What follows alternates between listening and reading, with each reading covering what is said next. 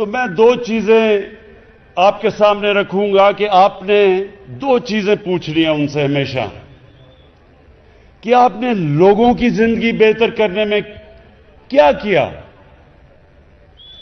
کیا آپ نے لوگوں کو مشکلوں سے، غربت سے نکالنے کے لیے کیا کیا؟ اور دوسری چیز آپ نے پوچھنی ہے کہ 5 سال آپ کو ملے تھے، 5 سال آپ کو حکومت میں ملے تھے، کتنا آپ نے دنیا میں جا کے کشمیریوں کا کیس لڑا؟ پوچھیں ان سے۔ کیس لڑنا تو دور کی بات،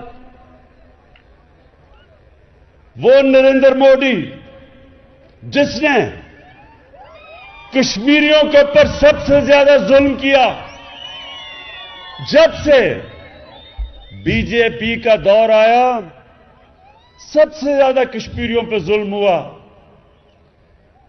پیلٹ گنز استعمال کی گئیں، نوجوانوں کو اندھا کیا گیا، ہر دوسرے دن کشمیریوں کی قربانی لی گئی۔ ہندوستان میں جو مسلمان گائے کا گوشت کھانے پہ ان کو قتل کیا گیا سڑکوں پہ، باقی بھی اقلیتیں، کرسچن، سکھ، ان کو بھی برابر کا شہری نہیں سمجھا گیا، کیونکہ آر ایس ایس کی ایک آئیڈیالوجی ہے۔ وہ سمجھتے ہیں جو آئیڈیالوجی جو ہندوتا، وہ سمجھتے ہیں کہ باقی شہری، جو باقی اقلیتیں، باقی دین، وہ ان کے برابر کے نہیں ہیں۔ ان کی جو آئیڈیالوجی، یہ انہوں نے کس سے لی؟ نازی جرمنی میں 100 سال پہلے انہوں نے ان سے لی، جبکہ جرمن سمجھتے تھے کہ ہم کوئی خاص نسل ہیں اور باقی ہمارے برابر کے لوگ نہیں۔ یہ وہی آئیڈیالوجی ہے جو باقی کے لوگوں کو اپنے برابر نہیں سمجھتی۔ تو میں اب سوال پوچھتا ہوں کہ کتنی دفعہ اسد زرداری یا نواز شریف نے آر ایس ایس کا نام لیا؟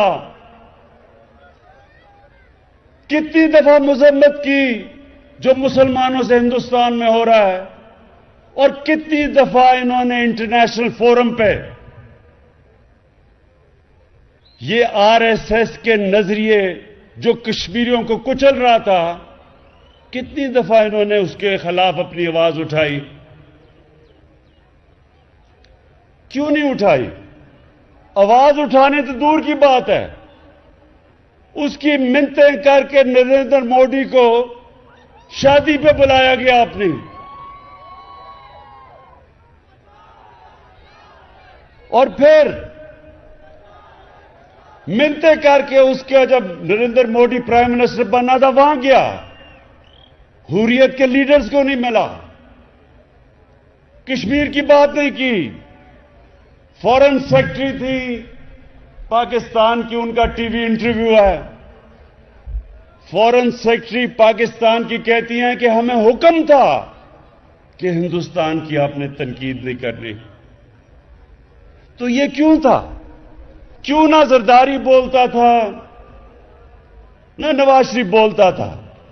تو اب یہ ذرا غور سے آپ نے میری بات سننی ہے کہ یہ کیوں تھا۔ میں نے نوجوانوں، آپ کے پاس موبائل فون ہے، ایک گوگل کر سکتے ہیں جو میں اب آپ کو بات بتانے لگا ہوں۔ میڈیا کے لوگ بھی ہیں، صحافی بھی ہیں، ذرا سب کو میں یہ سنانا چاہتا ہوں۔ ایک کتاب ہے، اس کا نام ہے دا وے آف دا ورلڈ۔ کس نے لکھی؟ اس کا نام ہے رون سوسکنڈ۔ دا وے آف دا ورلڈ، رون سوسکنڈ۔ اس کتاب پہ 292 صفحے کے اوپر چوتھے پیراگراف پہ ایک چیز لکھی ہے، وہ میں چاہتا ہوں غور سے سنیں. آپ کو پتا چلے گا کہ یہ کیوں نہیں بولتے اور نہ بولیں گے ہندوستان کے خلاف، نریندر مودی کے خلاف. اس میں وہ لکھتا ہے، یہ ذرا غور سے سنیں آپ بات، کہ بے نظیر بھٹو، یہ 2007 کی بات ہے، وہ اپنے بیٹے کو ٹیلی فون پہ بتا رہی ہیں کہ کتنے پیسہ ان کے کتنے بینکوں میں، جو باہر بینک ہیں ان میں پیسہ پڑا ہوا ہے. ان کو نوٹ کروا رہی ہیں اپنے بیٹے کو، بلاول کو، کہ ان بینکوں میں ہمارے باہر پیسے پڑے ہوئے ہیں. اور یہ کون ریکارڈ کر رہا ہے؟ یہ باہر کی ایجنسیز کر رہی ہیں. اور پھر وہی ایجنسیز اس کو سامنے رکھتے ہوئے اسی کتاب میں آگے ہے کہ وہ بے نظیر بھٹو اور جنرل مشرف کا سمجھوتا کرواتے ہیں، جو جنرل مشرف نے این آر او دیا. اس سے آپ کو کیا چیز پتا چلتی ہے کہ اگر کسی بھی پولیٹیشین کا پیسہ، چوری کا پیسہ ملک سے باہر پڑا ہو تو یہ سارے جو باہر کے مغرب کے ملک ہیں ان کو پتا ہوتا ہے، اور وہ اس علم سے کہ ان کو پتا ہے پیسہ کدھر ہے، وہ کنٹرول کرتے ہیں آپ کو. اور اسی کتاب میں بعد میں لکھتے ہیں کہ کیونکہ ان کو پتا تھا کہ ان کا پیسہ باہر کدھر کدھر پڑا ہوا ہے، اس کی وجہ سے انہوں نے پریشر کیا جنرل مشرف سے سمجھوتا کرنے کا. کیونکہ وہ دن تھے جب ایک وکلا کی موومنٹ چلی ہوئی تھی، الیکشن کا بوائیکاٹ کرنے جا رہے تھے 2008 میں، اے پی ڈی ایم کی جماعتیں ایک طرف تھیں. تو تب انہوں نے پیپلز پارٹی کو جنرل مشرف کے ساتھ سمجھوتا کروایا، اور ہم سارے تھے اے پی ڈی ایم میں، ہم کہہ رہے تھے چیف جسٹس کو نکالا، اس کو بحال کرو، ہم الیکشن نہیں لڑیں گے. ہمارے ساتھ نواز شریف بھی تھا، 3 دفعہ اس نے بیٹھ کے ہمارے ساتھ الیکشن کا بوائیکاٹ کیا. یہ سب ریکارڈ پہ ہے. اور اس کے بعد باہر سے اس کو حکم آیا، جدھر اس کے پیسے باہر پڑے تھے انہوں نے اس کو حکم کیا کہ الیکشن لڑو، اور اس نے ہم سب کو نہر کے پل پہ کھڑا کر کے خود جا کے الیکشن لڑ لیا. تو اس سے کوٹلی کے باشعور لوگوں سمجھنے کی بات ہے. آپ کے کتنے لوگ باہر مینچسٹر، انگلینڈ، کئی میں کشمیری وہاں سے ملتا ہوں جو کوٹلی سے آئے ہوئے ہیں، وہ سب سمجھتے ہیں ان چیزوں کو کہ اگر آپ کی چوری کی ہوئی جائیداد باہر کے ملکوں میں پڑی ہے، ان کو سب پتا ہوتا ہے اور وہ اس کے ذریعے کنٹرول کرتے ہیں. تو نواز شریف نے بھی الیکشن لڑا باہر کے حکم پہ، ادھر بھی پیپلز پارٹی نے بھی الیکشن لڑا کیونکہ ان کو پتا تھا ان کی جائیداد کدھر ہے. اب نریندر مودی سے یہ اس کو کیوں ساتھ ملانا چاہتا تھا نواز شریف؟ کیونکہ یہ بھی کشمیر کے لوگوں سن لو، کوٹلی کے لوگوں، جو ہندوستان کی لابی ہے باہر اور خاص طور پہ امریکہ میں، وہ اسرائیل کے ساتھ مل کے کام کرتی ہے، سب سے تکڑی لابی ہیں. اس کی دوستی اس لیے کر رہا تھا نریندر مودی سے کہ وہ اس کی مدد کرے، اگر ان کے جو پیسے باہر پڑے ہیں وہ بچ جائیں. تو یہ جو نریندر مودی ملک کو برا بھلا کہتا تھا، پاکستان کی آرمی چیف جو اس وقت رحیل شریف تھے نواز شریف کے زمانے میں، اس کو دہشت گرد کہتا تھا.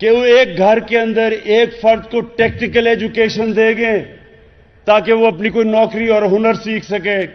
آج کل کمپیوٹر ایج ہے، بڑے آسانی سے انفارمیشن ٹیکنالوجی کے اندر اگر ٹریننگ مل جائے تو وہ بڑے آسانی سے پیسے کما سکتے ہیں.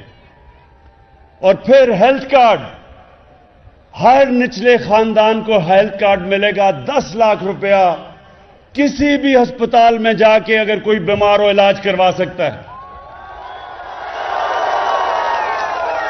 اور پھر احساس پروگرام دسمبر میں شروع ہو رہا ہے.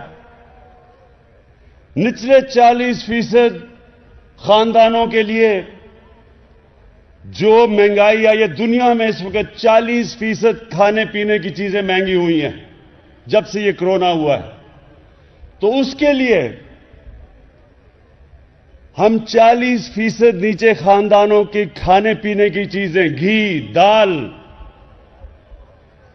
چینی، آٹا،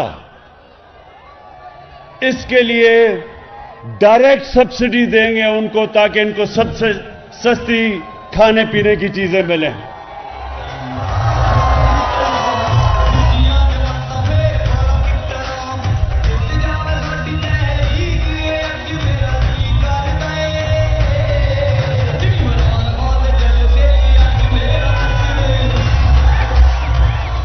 کوٹلی کے لوگوں،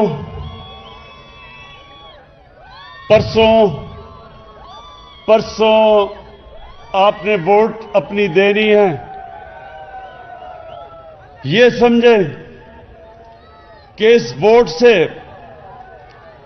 آپ نے اپنا مستقبل بدلنا ہے. کیونکہ صرف یہی نہیں کہ میں نے جو 2 چیزیں آپ کو بتائی کہ ایک تو سارے کشمیریوں کا اس وقت جو مقبوضہ کشمیر میں جس طرح دلیری سے جدوجہد کر رہے ہیں ہمارے نوجوان، ایک تو ہمارا سارا دل ان کے ساتھ ہے، دعائیں ان کے ساتھ ہیں، اور کیس انشاءاللہ میں ان کا لڑوں گا. لیکن دوسری کہ ہم نے اپنے ملک میں لوگوں کو غربت سے نکالنا ہے، جس طرح چائنا نے اپنے ملک میں لوگوں کو غربت سے نکالا پچھلے 30 سال میں. اور اس کے بعد جو میں نے کشمیر میں دیکھا، ہم نے جب پختونخوا کے 5 سال 2013 اور 2018 کے بیچ میں جب وہ صوبے میں سب سے تیزی سے غربت کم ہوئی تھی پختونخوا میں، اس ایک وجہ یہ تھی کہ ہم نے وہاں ٹورزم بہت تیزی سے بڑھائی. 5 سالوں میں ٹورزم دگنی سے تگنی کر دی پختونخوا میں. اسی طرح آزاد کشمیر، یہ ایک اللہ نے آپ کو خوبصورت ترین علاقہ دیا ہے. اب اس کے اوپر ہم انشاءاللہ ٹورزم پہ زور لگائیں گے، اور اس کی وجہ سے انشاءاللہ آپ کے نوجوانوں کو باہر نوکریاں ڈھونڈنے نہیں جانا پڑے گا.